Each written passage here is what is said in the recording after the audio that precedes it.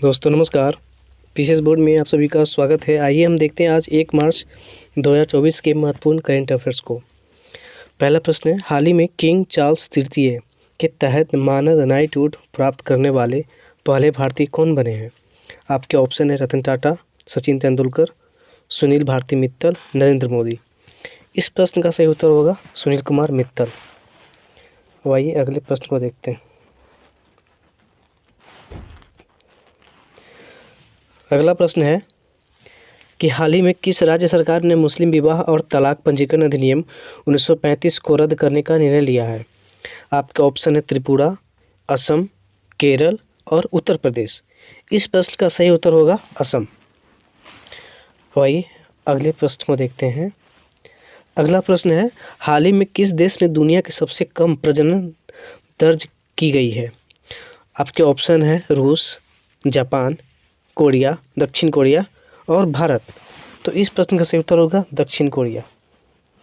आइए अगले प्रश्न को देखते हैं। अगला प्रश्न है, हाल ही में जारी वैश्विक बौद्धिक संपदा सूचकांक 2024 में कौन शीर्ष पर रहा है? आपके ऑप्शन है फ्रांस, यूके, यूएसए और यूएई। दोस्तों इस प्रश्न का सही उत्तर होगा यूएसए। आपको बता दें कि इस रैंक में भारत का स्थान 42वां है। अब आइए अगला प्रश्न देखते हैं। अगला प्रश्न है, हाल ही में डेंगू के बढ़ते प्रकोप के कारण किस देश ने स्वास्थ्य आपातकाल की घोषणा की है? आपके ऑप्शन है पेरू, सूडान, मोरक्को और भूटान। दोस्तों इस प्रश्न का सही उत्तर होगा पेरू। आइए अगले प्रश्न को देखते हैं। हाल ही में चुनाव आयोग ने किसके साथ मिलकर मेरा पहला वोट देश का नाम अभियान शुरू किया है? आपके ऑप्शन है गृह मंत्रालय, पंचायती राज मंत्रालय, शिक्षा मंत्रालय और रक्षा मंत्रालय। तो इस प्रश्न का सही उत्तर होगा शिक्षा मंत्रालय। शिक्षा मंत्रालय। आप सबको मालूम होगा कि शिक्षा मंत्री अभी धर्मेंद्र प्रधान है।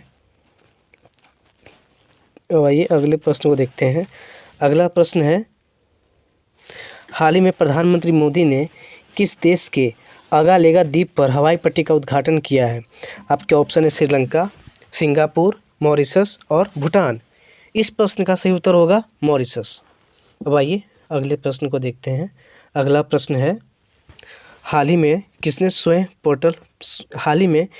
स्वयं प्लस पोर्टल प्लेटफॉर्म को लॉन्च किया है? आपके ऑप्शन है पीयूष गोयल, अनुराग ठाकुर, धर्मेंद्र प्रधान और अश्वनी वैष्णव। दोस्तों इस प्रश्न का सही उत्तर होगा धर्मेंद्र प्रधान। अब आइए अगले प्रश्न को देखते हैं। अगला प्रश्न है, हाल ही में किस राज्य सरकार ने सार्वजनिक परीक्षाओं में अनुचित साधनों से निपटने के लिए विधेयक पारित किया है? आपके ऑप्शन है असम, कर्नाटक, आंध्र प्रदेश और उत्तर प्रदेश। इस प्रश्न का सही उत्तर होगा असम। अब आइए अगले प्रश्न को देखते हैं। अगला प्रश्न है, हाल ही में रोमेन रोलैंड पुस्तक पुरस्कार 2024 किसने जीता है?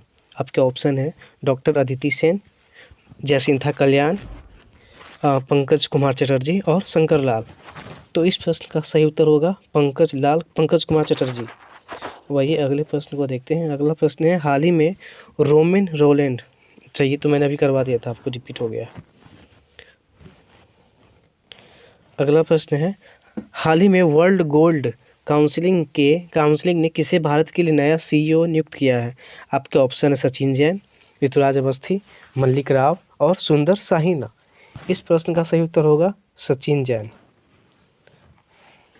आगे कुछ ये पेपर के महत्वपूर्ण कटिंग हैं जो आपको देखना चाहिए। जैसे कि अभी है कि देश में तेंदुओं की कुनबे में बढ़ोतरी जारी हुई है और अभी अनुमानित आबादी है जो लगभग 13,874 हुई है। तो ये एक तरीके से इम्पोर्टेंट फैक्ट है, इसको आप देख लीजिएगा। प्लस में इसमें ये बताने की कोशिश की गई किस राज्य में कितने तेंदुए बढ़े हैं। तो आपको ये मध्य प्रदेश में लगभग 39, मतलब सबसे ज़्यादा वृद्धि कहाँ हुई है तो मध्य प्रदेश में हुआ है। आपको बिहार का डेटा देखना अगर हो तो 86 है, बिहार में कितनी है 86 तेंदुओं में वृद्धि हुई है। तो ये फैक्ट है, इसको आप देख लीजिएगा। अब आइए नेक्स्ट स्लाइड देखते हैं। नेक्स्ट है कि खिलाड़ियों को डिजिटल सर्टिफिकेट जारी किए जाएंगे, कि किसने कहा है तो अनुराग ठाकुर ने कहा है, जो हमारे खेल मंत्री है। इन्होंने कहा है कि जो जितने भी खिलाड़ी रजिस्टर्ड हैं उन सबको एक तरीके से डिजिटल सर्टिफिकेट दिया जाएगा। इससे क्या होगा, पारदर्शिता बढ़ेगी। तो एक तरीके से ये मतलब खेल मंत्री द्वारा भारत सरकार द्वारा एक अच्छी पहल है, इसको भी देख लीजिएगा। अगला है, ये भी एक तरीके से इम्पोर्टेंट फैक्ट है कि कर्नाटक सरकार ने स्वीकार की विवादित जाति जनगणना रिपोर्ट। इसमें जो कर्नाटक में जो वहाँ पे जो एक समुदाय है बोकालीगा और लिंगायतो, मतलब वो इसी के दोनों में आपत्ति था अपनी जनगणना रिपोर्ट के लिए, लेकिन फिर भी वहाँ की सरकार जो है एक तरीके से जनगणना रिपोर्ट को स्वीकार कर लिया है। तो आपको इसे देखना चाहिए। एक तरीके से ये मेंस के लिए आपको बहुत ज़्यादा इंपॉर्टेंट टॉपिक हो जाएगा जनगणना के लिए। तो आइए अब अगला देखते हैं। ये है कि इस वर्ष के यानी कि 2024 के रोमन रोलैंड पुस्तक पुरस्कार के प्राप्तकर्ता कौन है। तो ये हैं पंकज कुमार चटर्जी, जो कि बंगाल से हैं, जिन्होंने जीन डैनियल बाल्सेट के ले दीवान डी स्टालिन का बंगाली मुखलिन उल्लेखनीय अनुवाद किया, जिसका शीर्षक था स्टालिनर दीवान। मतलब इन्होंने जो डैनियल बाल्सेट के ले दीवान डी स्टालिन का बंगाली में अनुवाद किया है। तो ये था एक फैक्ट। और ये एक तरीके से अभी जो प्रधानमंत्री द्वारा अभी एक रिपोर्ट बताया गया है कि 1 करोड़ परिवारों को 300 यूनिट मुफ्त मतलब बिजली दी जाएगी, ये उसके लिए है। तो आपको इसको भी देखना चाहिए। और ये भी है कि DRDO ने बेहद कम दूरी की हवाई रक्षा मिसाइल का सफल परीक्षण किया है। एक तरीके से अपने देश के लिए गर्व की बात है और कि ये कम दूरी वाली जो हवाई मिसाइल है उसका परीक्षण किया गया DRDO द्वारा। तो आपको DRDO का स्थापना के बारे में देखना चाहिए। ये DRDO का एक तरीके से वो एक अच्छी पहल है, तो इसको भी देख लीजिएगा। ये है कि राष्ट्रपति ने केरल में जो लोकायुक्त विधेयक को उसको मंजूरी दे दी है। मतलब केरल सरकार ने वहाँ पे एक लोकायुक्त के लिए विधेयक मतलब वहाँ पे किया था, पारित किया था, जिसको राष्ट्रपति द्वारा मंजूरी दे दिया गया। इसको भी आप लोग देख लीजिएगा। ये थे आज के कुछ इम्पोर्टेंट न्यूज़ खबर। हम मिलते हैं अपने नेक्स्ट वीडियो में। आप लोग वीडियो को देखते रहें। धन्यवाद।